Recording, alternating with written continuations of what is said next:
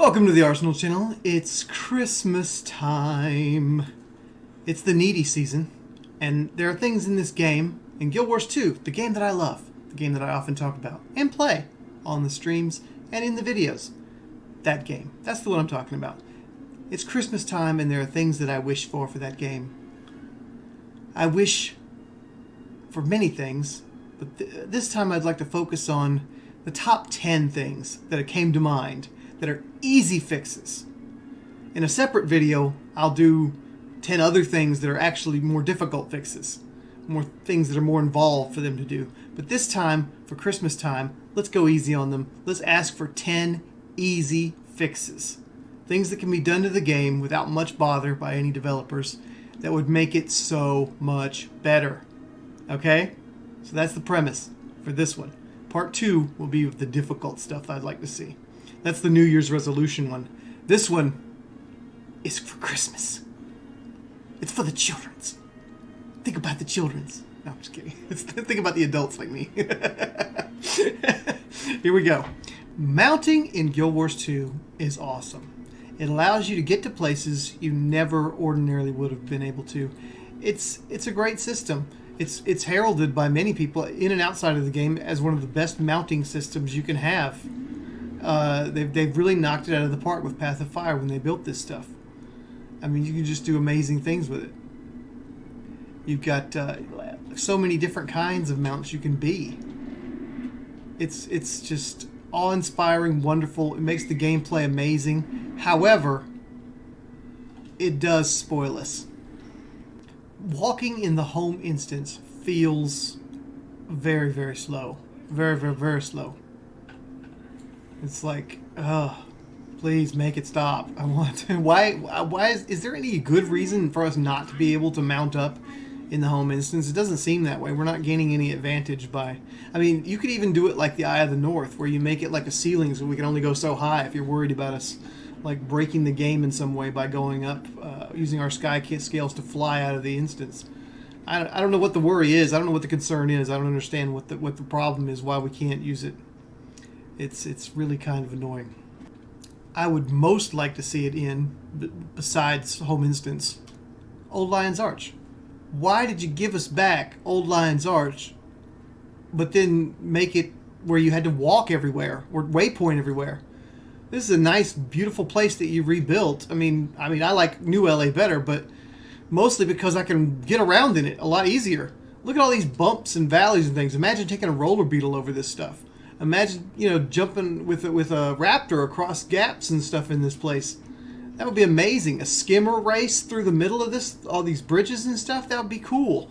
But no, we can't do that because you gave it back to us in this crappy 20, whatever, how many years ago it was, form, without any mounting available. I mean, I'm not saying add it to the Battle of Lion's Arch instance. That's perfectly fine the way it is. But here, when we're trying to use it as like as a city, as a place like we do New LA, it makes it totally unusable. I mean, why would I ever go here when I have to walk everywhere?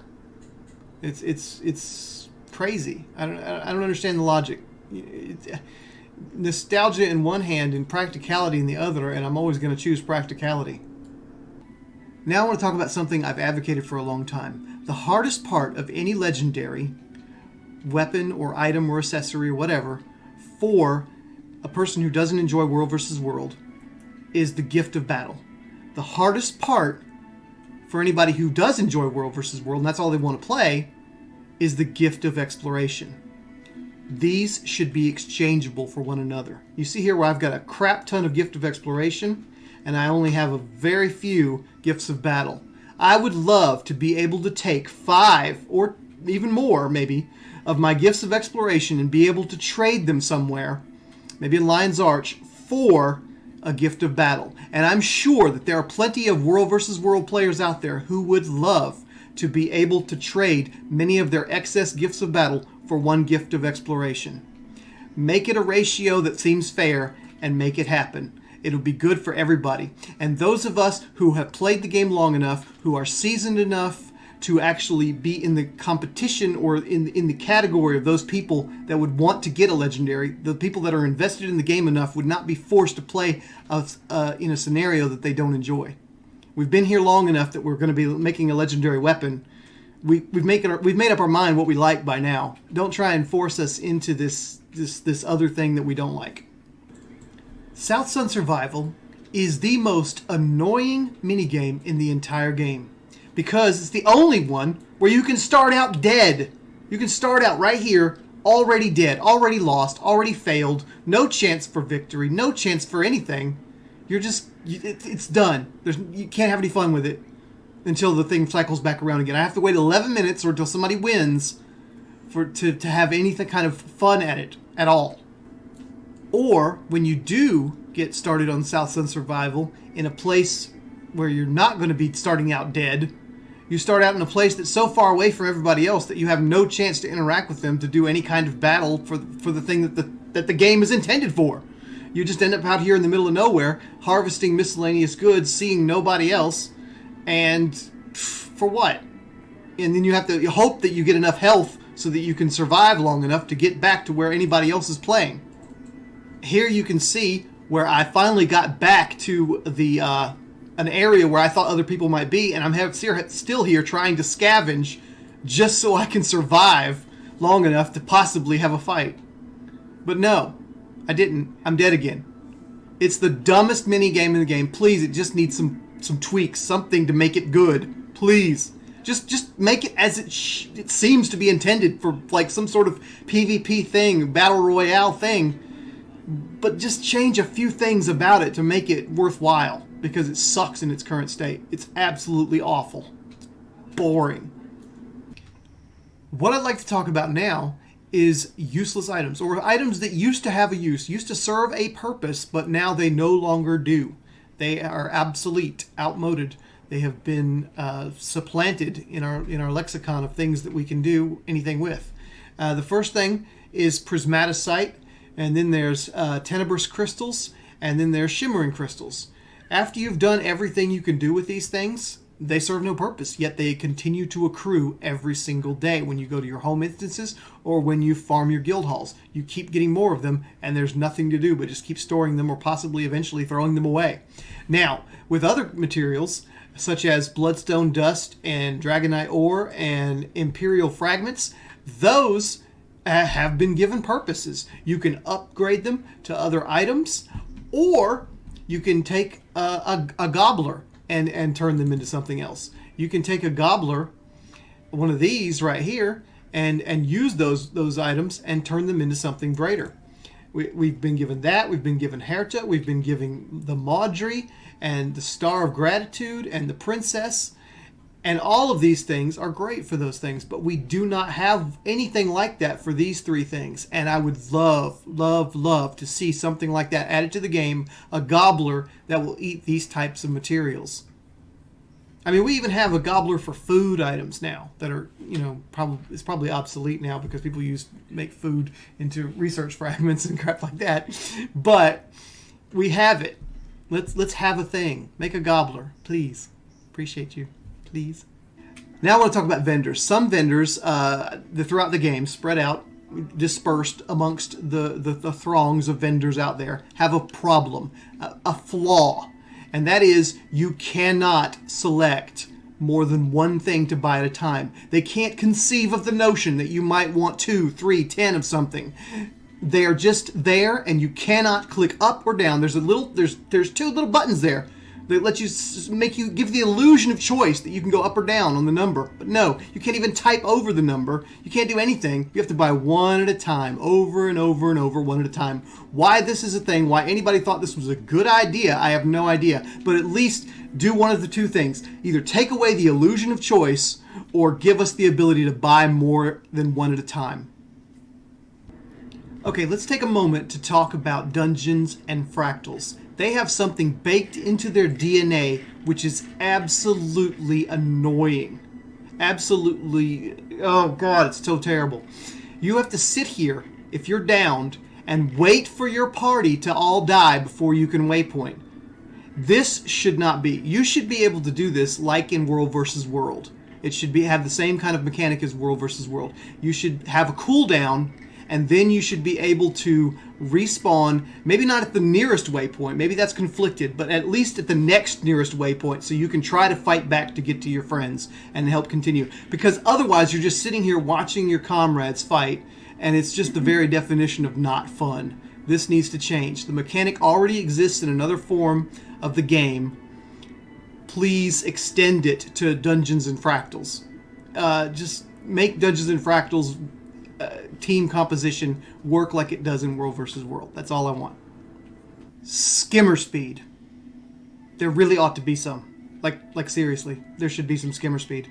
I look at the roller beetle, and the roller beetle, this majestic beast, it can boost its speed and travel at Mach 20 or whatever across the land. It's just amazing. But when it comes to the skimmer, not so much. My proposal is that we get a speed boost for the skimmer, just like we do with the beetle. When the skimmer is on water, and only on water, we should be able to use that mastery that we got for speed boosting for the skimmer, to let it travel faster on water. Joining a guild is one of the fundamental things of this game. It is guild wars, after all. There aren't the wars, but there's the guilds, and I would like to be able to join more than 5 of them. Many guilds now have more than 500 members, and the only way to do that is to create multiple guilds. And you can't join them all, can you? Not if you've got like 4 other guilds already. On this UI here, we have 5 on here, and we have space for up to 10 or 4 at least. So why not give it to us? Why not allow us to do that? Why not us allow to have more than 5 social groups? Why not allow the community of the game to expand a little bit? And as a personal thing, I don't want to have to drop a guild that I've been in for years just so I can add another one. That's wrong. And also, as a guild master, I don't like getting an email from somebody telling me that they have to leave my guild. They don't want to, but they have to because they're limited to 5. It's not a good thing. It's not a good look. It's not a great thing at all for the game. We want to build communities and build them bigger. We don't want them to be limited in any way. Take away this silly thing. Let us have more than 5. That's one of my wishes. For this next one, hey, let's go back to Gobblers for a minute. We were talking about that earlier. Let's go back to them for just a second, and let's discuss for just one moment that these right here, these can pull without having to go to your bank. These are awesome. The Gleam of Sentience is amazing. Okay, you get to do these without having to pull from your bank. This one right here transfers your volatile magic into one of these items. It's great. It's amazing. These things that you can open. However, Herta, Maudry, Star of Gratitude, Princess, the Portable Composter, all of them require you to pull the item out of your bank, and put it into the thing.